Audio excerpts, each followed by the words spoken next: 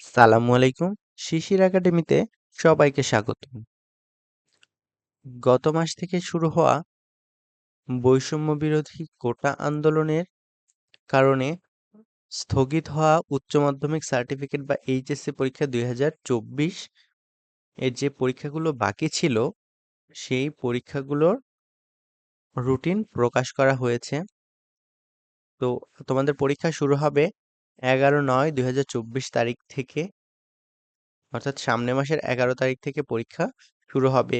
এই যে এখানে 12 তারিখে পরীক্ষা আছে, 15 তারিখে এই পরীক্ষাগুলো হবে, 19 তারিখে এই পরীক্ষাগুলো হবে, 22 তারিখে এই পরীক্ষাগুলো হবে, 24 তারিখে এই পরীক্ষাগুলো হবে,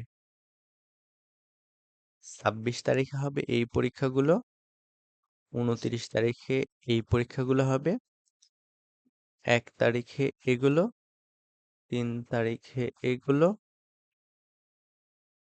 6 তারিখে এগুলো, 8 তারিখে এগুলো, এবং নিচে দেখো একটা নোটিশ দেওয়া আছে। তো তোমরা এটা পড়ে নিবা। এটাই হলো তোমাদের স্থগিত হওয়া যে এইচএসসি পরীক্ষা 2024 ছিল, যে বাকি পরীক্ষাগুলো ছিল সেগুলোর রুটিন। ধন্যবাদ।